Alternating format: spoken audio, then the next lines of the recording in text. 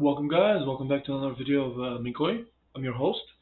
Today, first of all, I have to say, we're 151, so thank you to every single one of you. 150, 200. What we're going to be reacting to today is the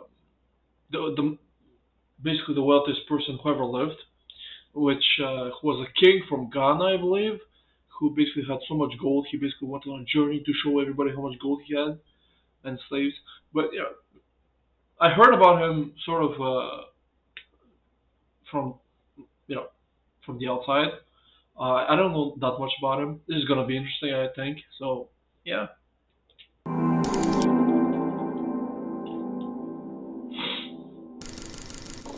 We often come across lists and rankings of the wealthiest people in the world, which are tech entrepreneurs, oil magnates, and heads of major corporations. And since we're living at the times when the 1% is only getting richer, we could assume that probably the richest men of our days are the richest men in history. But that is not the case, as many historians believe that the 14th century emperor of Mali, Mansa Musa, is in fact the richest individual in history, defining his wealth as indescribable. How has the relatively unknown monarch of a relatively unknown country managed to reach this status? In this episode of Kings and Generals, we're going to talk about Mansa Musa, his noteworthy reign, his immense wealth, and how it was demonstrated to the world.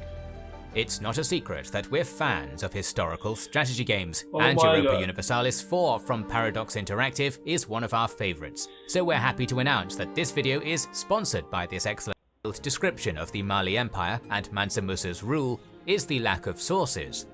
There are a small number of works in Arabic of the historian Ibn Khaldun, the traveller Ibn Battuta, and the geographer Al-Umari. In the 16th to 17th centuries, some of the oral memories and traditions narrated by griots, equivalent to bards in Mali, have been written down as well. In the 15th century, Portuguese explorers and adventurers mentioned Mali here and there, but the best source available to us is Ibn Khaldun, which is still helpful in reconstructing the history of the Mali Empire and Mansa Musa's reign. The story of the Mali Empire is told to us by the Epic of Sundiata. According to the epic, Sundiata Keita was the son of the king of the Mandinka people. Upon the death of his father, his brother became the new king, while Sundiata was exiled to the court of King of Mema. But when the Mandinka people asked Sundiata for help to repel an invasion by the Soso Empire, 18-year-old Sundiata raised an army from Mema and defeated the Soso in around 1235 at the Battle of Kiriana, paving the way for the establishment of the Mali Empire, and Sundiata Keita becoming its first Mansa, emperor or king. The Mali Empire was ruled by the Mansa, but the emperor's rule was balanced with Gabara, a type of entity which reminds of the upper chamber of parliaments. Gabara united almost 30 clans, with each assigned their own task, ranging from participation and leadership in military campaigns to expertise in religious For the 12th century, this is really organized, man. This is matters. Gabara voted on Kurigan Fuga, collections of laws, a proto-constitution of Mali. The Kurigan Fuga determined the roles of clans, called for humane treatment of slaves, established social organization of the subjects of the Mali Empire, and stipulated economic rules. The Empire of Mali was very rich in resources. It contained 3 large gold mines, which all belonged to the Mansa. At its apex, the Mali Empire owned almost half of the known gold reserves of the world. Mali also enjoyed a large supply of salt and copper. Jesus Christ, half? Really? Half? Which was extracted through slave labor, essentially making the Mali Empire a slave owner state. With Europe still short of its global appeal and power of the Roman period, the major trade partners of Mali were the Middle Eastern trade cities and states. This was the context in which Musa came to power. He was initially a deputy of the Emperor Muhammad ibn Ku.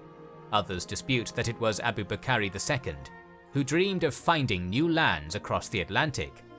Sometime around 1311, he embarked on an expedition with 2,000 ships and left, leaving the reign to his deputy Musa, who became Mansa, since Muhammad ibn Ku never returned. Oh, Musa was no outsider to the Malian elite, as he was coming from the line of Sundiata Keita, the founder of the Mali Empire.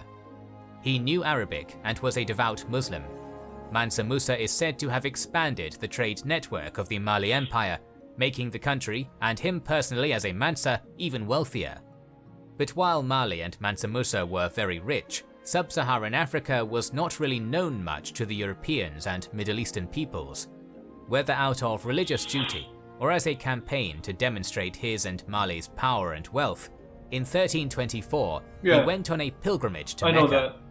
According to Ibn Khaldun, who had interviewed one of the participants of this pilgrimage later, at each halt he, Musa, would regale us with rare foods and confectionery. His equipment and furnishings were carried by 12,000 private slave women wearing gowns of brocade and Yemeni silk. Whoa. Furthermore, thousands of soldiers, members of the Malian royal court, along with tons of gold and provisions, accompanied Mansa Musa in his 4,000-mile pilgrimage to Mecca. Undoubtedly, it was quite a spectacle, a massive golden tent city moving through the desert. This was going to catch the attention of rulers of states through which Mansa Musa's procession was going. There was an interesting episode of Musa's visit to Cairo in 1324. According to Al-Umari, the Mamluk Sultan Al-Malik al-Nasir sent his envoy to invite Mansa Musa to his palace. The Malian emperor initially refused, stating that the sole purpose of his travel was the holy pilgrimage and nothing else. Nevertheless, Mansa Musa showed great courtesy and respect to the envoy and offered gold and other valuables to be sent to the Mamluk Sultan as a token of his respect. Probably the biggest reason for Musa's initial refusal to see the Sultan was the fact that royal protocol demanded all visitors kiss the ground and the Sultan's hand. Finally, Mansa Musa gave up and agreed to meet the Sultan after long persuasion. When the moment of kneeling and kissing the ground came, he said, "I make obeisance to Allah who created me," and kissed the ground, managing to avoid disrespecting his host, while also refusing to accept the Mamluk Sultan as his superior. Nice. Mansa Musa flooded the Sultan, his court, the city of Cairo, and its poor with gold. So much gold that this most valuable commodity of that age had seen the decrease of its price due to high supply, causing an economic crisis in Egypt for over a decade. Maybe that was his plan all along. We're gonna destroy them economically. This is fucking hilarious. He introduced so much gold, he destroyed the value of gold. Overall, Musa's generosity during the pilgrimage actually hurt the region of the Middle East economically. That's funny. The US-based technology company SmartAsset.com estimates that due to depreciation of gold, Mansa Musa's pilgrimage led to about $1.5 billion of economic losses across the Middle East. Nice. Some state that when Mansa Musa found out about the impact of his travel through Egypt, he tried to remove as much gold as possible from circulation in Egypt by buying the very gold he generously gifted to the people there. Lucy Duran of the School of African and Oriental Studies in London informs that Musa gave away so much of the Malian gold that the local griots were unhappy with him. He gave out so much Malian gold along the way that griots don't like to praise him in their songs because they think he wasted local resources outside the empire. I mean, he kind of But did. despite inadvertently causing an economic crisis in the Middle East, Mansa Musa managed to bring Mali to the attention of the Middle Eastern and European countries by demonstrating the immense wealth of his realm during the pilgrimage. Probably that is why there are more sources and information on Musa's post-pilgrimage reign. During Musa's reign, the Mali Empire expanded. On the way back from the pilgrimage in 1325, he added the region of Gao with an important trading city of Timbuktu to the empire, but sources do not really inform us on how it happened. Regardless of how it happened, Timbuktu became an important part of Mansa Musa's realm. Mali's wealth allowed Musa to embark on a massive construction effort throughout the empire, particularly Timbuktu. During Mansa Musa's reign, the world-famous Djingeriba Mosque, which was built from mud brick and wood and is still standing, was constructed in Timbuktu. Another important construction project was the University of Sankore of the Sankore Madrasa, which became one of the greatest centers of Islamic learning in the world. Law, astronomy, medicine, religion, and other disciplines were taught there. It is said that Musa brought scholars on the way back from the pilgrimage, who helped to establish the academic foundation of this university. An Andalusian poet and architect named Abu Ishaq es-Saheli, who is believed to be responsible for the design of the Jingareba Mosque, was among this group. By the end of Musa's reign, the University of Senkore is said to have had almost 25,000 students, with Wow. one of the largest libraries in the world, in possession of 800,000 manuscripts, according to Casely Hayford. Gao and Timbuktu were not the only regions and cities captured by Mansa Musa. He is said to have annexed 24 cities in total during his reign. By Alright. the end of his reign, the Mali Empire stretched for approximately 2,000 miles, from the shore of the Atlantic to modern-day Niger, possessing lands of modern-day Mali, Senegal, Gambia, Guinea, Whoa. Guinea-Bissau, Ivory Coast, Niger, Nigeria, Chad, Mauritania, and Burkina Faso. Mansa Musa's impact made his empire known to Europe and the Middle East. In 1375, the Catalan Atlas map added the Mali Empire, with a drawing of an African king sitting on the golden throne in Timbuktu with a piece of gold in his hand. Musa's reign ended sometime between 1332 and 1337, when he died. He was succeeded by his son, who was said to be a bad and profligate Mansa. He was succeeded by his brother Mansa Suleiman, who helped to rebuild the empire's treasury and put it back on the track of development. Later Mansas were less successful, and from 1389 onwards, the Mali Empire entered a state of disintegration. Yeah. This shows that mere wealth was not enough to keep a huge empire like Mali together, hinting at Mansa Musa's good administration skills as well. But how rich was Mansa Musa exactly?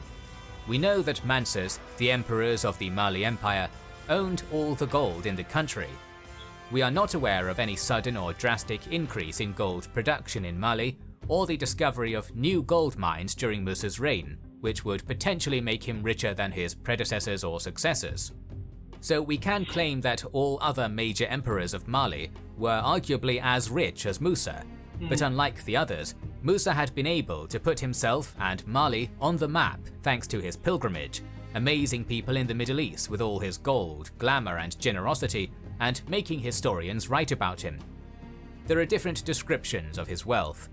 The history professor of the University of Michigan says, "Imagine as much gold as you think a human being could possess and double it.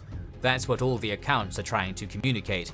This is the richest guy anyone has ever seen." Rudolf Butch-Ware. Yeah, the thing is, you might be the richest guy in the 14th century, but what can you really buy? You know, what kind of luxuries can you really buy with that money? Nothing. You know, I mean, what? You're gonna build universities and your cities. That's cool. That's nice. But it's, there's no AC, there's no cars, no luxury brands. I mean, it's boring, man. Of the University of California argues that contemporary accounts of Musa's wealth are so breathless that it's almost impossible to get a sense of just how wealthy and powerful he truly was. Some have tried to come up with a figure, with $400 billion being a popular estimate adjusted for inflation. But probably the best way to explain Mansa Musa's wealth was written by Jacob Davidson on Money.com, richer than anyone could describe. Can you be more Unfortunately, vague? there is a lack of sources to describe Mansa Musa's reign, life and wealth in more detail. But what we have is enough to argue that Musa was a successful military leader, since he is attributed with annexing 24 cities and expanding the Mali Empire. He could be described as a progressive person who understood the importance of education and science for the prosperity of his realm. Yeah, still But slavery Mansa Musa though. is mostly known for his wealth, and is widely believed to be the richest individual in history.